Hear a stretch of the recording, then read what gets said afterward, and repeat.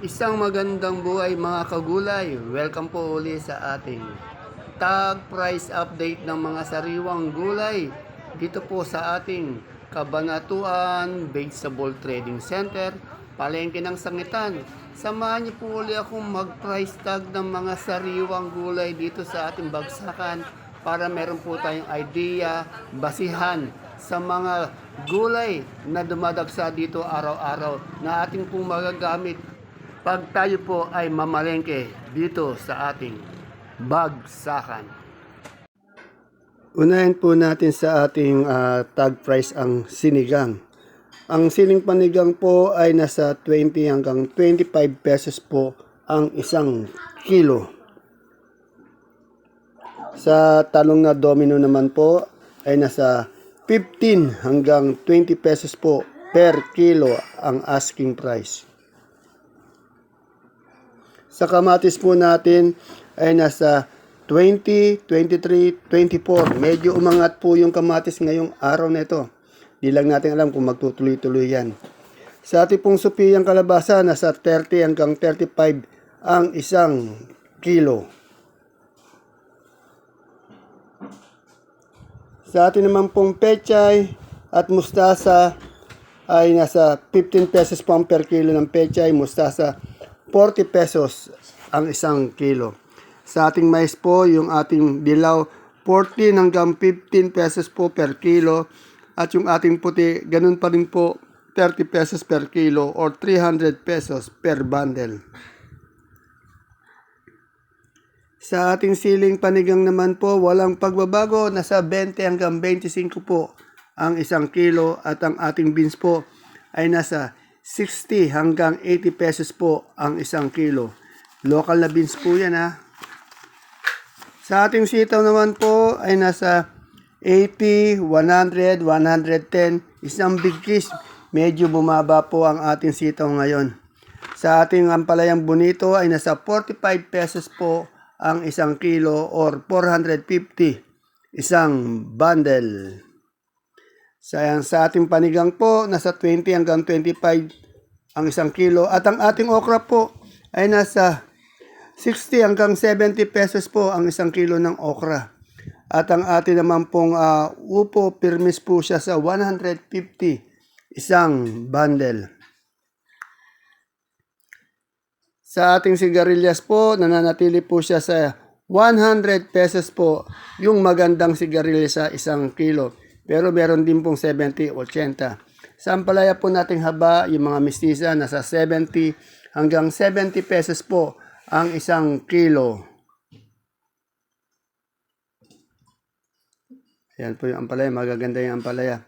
Sa atin naman pong puso mapagmahal ay nasa 25 po per kilo.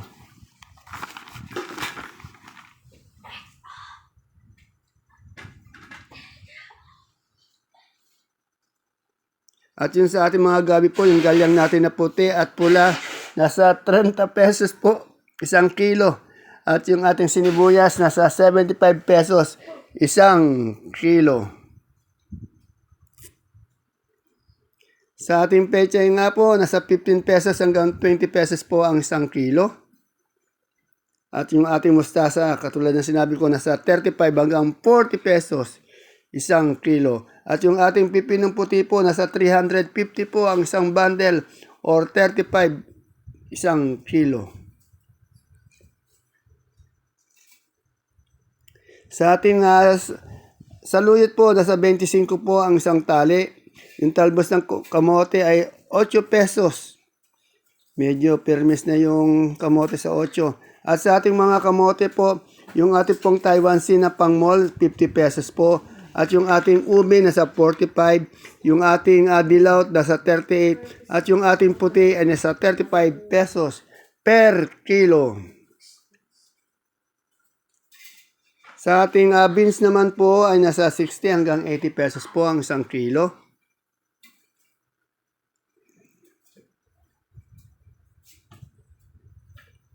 Sa singkamas po, walang pagbabago, 100 isang big cheese.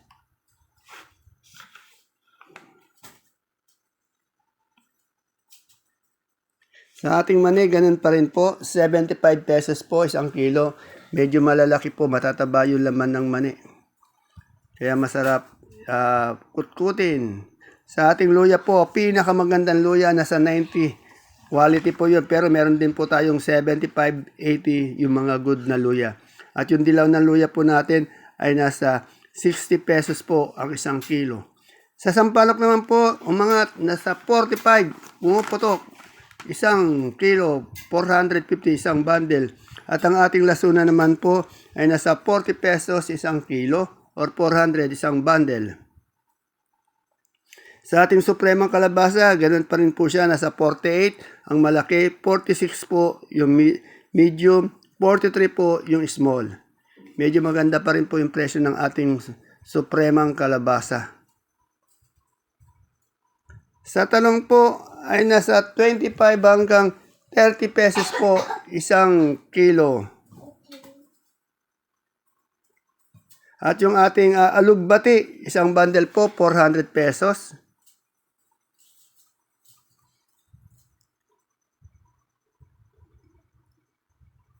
Sa ating papaya, 20 pesos po isang kilo.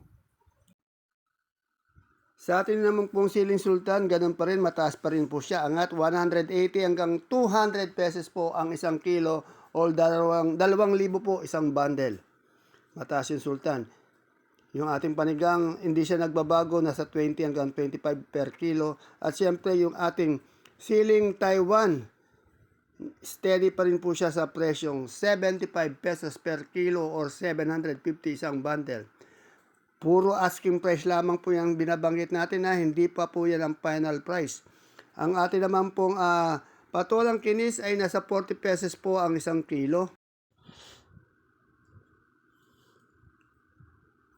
Napakarami pa rin pong kamatis sa ating baksakan, kaya lang po medyo umaangat pa rin siya ng konti.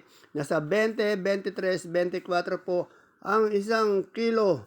Yung good na good po na kamatis, yung quality At yung atin naman pong okra, nasa 60 hanggang 70 po ang isang kilo or 600, 700 isang bundle. Sa atin naman pong gulay bagyo, sa repolyo natin nasa 230 pesos isang bundle. At sa ating pechay na bagyo ay nasa 300 pesos isang bundle.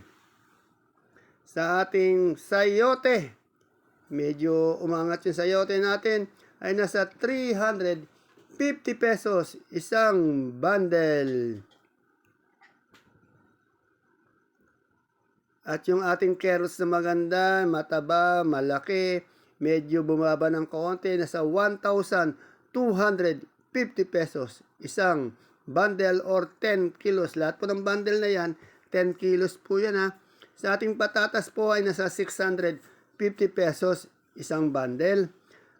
Malaking patatas yan. Punta tayo sa maliit na patatas. Ang marble kung tawagin nila ay nasa 500 pesos isang bundle. Sa broccoli po tayo. Ito yung paborito ni Audrey Claire. Yung broccoli nasa 90 pesos isang kilo.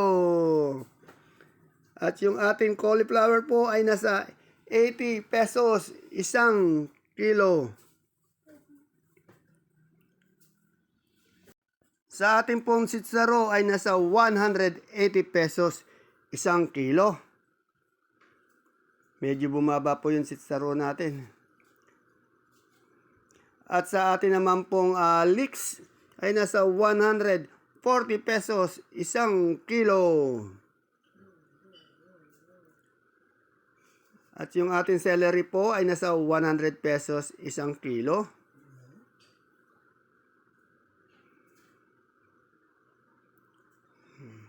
At ang ating Baguio beans po, medyo bumaba ng konti yung Baguio beans. Nasa 80, 90 pesos ang isang kilo. At yung ating green bell po ay nasa 280 pesos po isang kilo.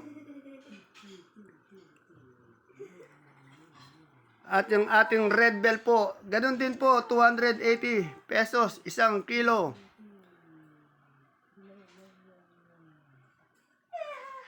At ito po yung paboritong ininom ng batang palengke, si Audrey Claire. Lemon, yung imported po, 180 pesos, isang kilo. At yung ating young corn ay nasa 25 pesos, isang styro.